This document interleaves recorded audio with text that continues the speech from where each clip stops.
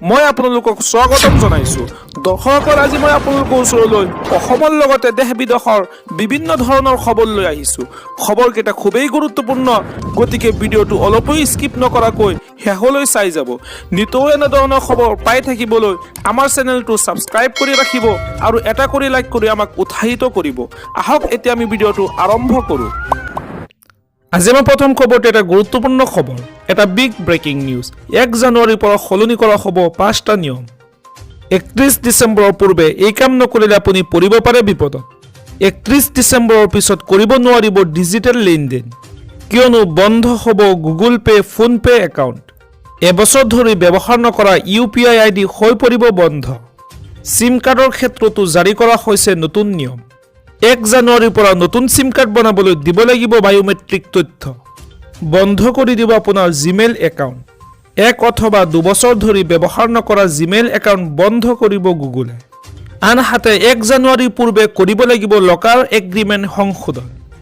ভাৰতীয় ৰিজাৰ্ভ বেংকে জাৰি কৰিছে এই নিৰ্দেশনা। ডিমেট একাউণ্ট থকাসকলে নমিনী আপডেট কৰাটো বাধ্যতামূলক কৰিছে। আনহাতে বন্ধ হৈ পৰিব সকলো ধৰণৰ লেনদেন। আজি আমাৰ পৰৱৰ্তী খবৰটো এটা গুৰুত্বপূৰ্ণ খবৰ, এটা big breaking news. সংখ্যালঘুলৈ Himanta Biswa Sarma চৰকাৰৰ বৃহৎ আঁচনি।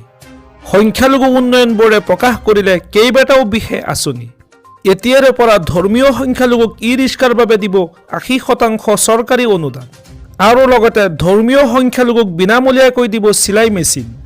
লগতে ফেশ্বন ডিজাইনৰ সামগ্ৰী ধৰ্মীয় সংখ্যালঘুক দিব বিনামূলীয়াকৈ। পেপাৰ প্লেট তৈয়াৰ কৰা মেচিনো দিব বিনামূলীয়াকৈ। এই আঁচনিৰ বাবে আবেদনকাৰীৰ বাৰ্ষিক আয় 3 লাখ টকাৰ অধিক হ'ব নোৱাৰিব। আবেদনকাৰীসকলে অনলাইন যোগে কৰিব পাৰিব আবেদন। যাৱতীয় নথিপত্ৰ আবেদনকাৰীয়ে আপলোড কৰিব লাগিব বিশেষ ৱেবছাইটত।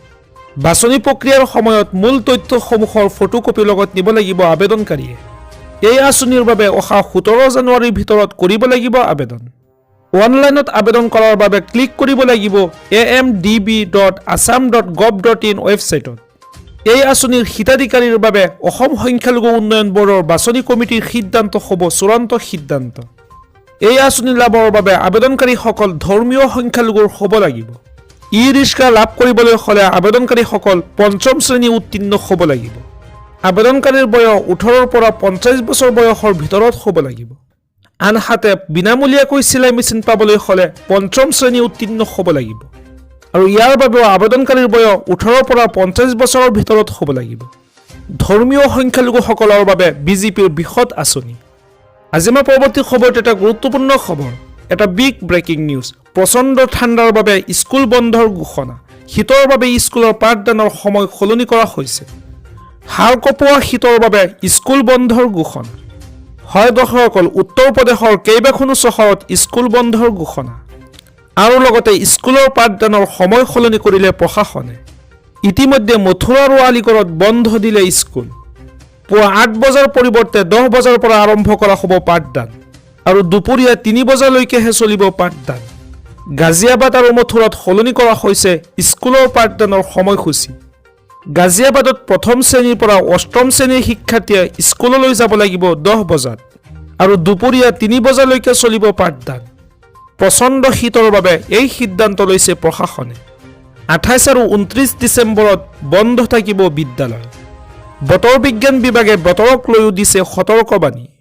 আগন্তুক 31 ডিচেম্বৰৰ পৰা 2 জানুৱাৰীলৈকে বৰষুণ হোৱাৰ সম্ভাৱনা প্ৰকাশ কৰিছে বতৰ বিজ্ঞানে। বৰষুণৰ বাবে শীতৰ প্ৰকোপ বৃদ্ধি পালে বিদ্যালয় বন্ধৰ দিন বৃদ্ধি কৰাৰো সম্ভাৱনা প্ৰকাশ। আজি আমাৰ বৰাক ভেলীৰ হাইলাকান্দি আৰু ধলাই সমষ্টিত মহিলা উদ্যমিতাৰ পুঁজি বিতৰণ কৰা হৈছে। অহাকালি উদাৰ বন্ধত পুঁজিৰ বিতৰণ হ'ব, আৰু 2-3টা সমষ্টি থাকি যাব। নেক্সট ট্ৰিপত আহি কৰি দিম।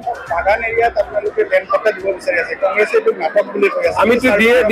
আমিতো দিয়ে দিম। তেওঁলোকে নাটক বুলি কৈ থাকোঁতে মানুহে কাগজ পায়ে যাব। আৰু 103টা আসনত বিজেপি আৰু এলায়েন্স হ'ব। কিমান হ'বগৈ আপুনি? আমি চৰকাৰ বনি যাব। কিমান পাওঁ এইটোতো ক'ব নোৱাৰি, বাট চৰকাৰ হৈ যাব আৰামত। আমি দেখিছোঁ বিৰোধী বিধায়কে কৈ আছে যে এইবাৰ বিজেপিৰ চুনামি আহিব। ইমান মানুহৰ ৰেছপন্স, আৰু সাৰা আসামে মানুহ বহুত বেছি বিজেপিৰ পক্ষত আছে আৰু এইবাৰ বহুত ভাল ৰিজাল্ট হ'ব। Is there any development for AIIMS in Borak Valley? There are discussion going on. Already some discussion is going on that we have a AIIMS in Brahmaputra Valley. We should have a AIIMS in Borak Valley also, but nothing concrete. But preliminary discussion is going on.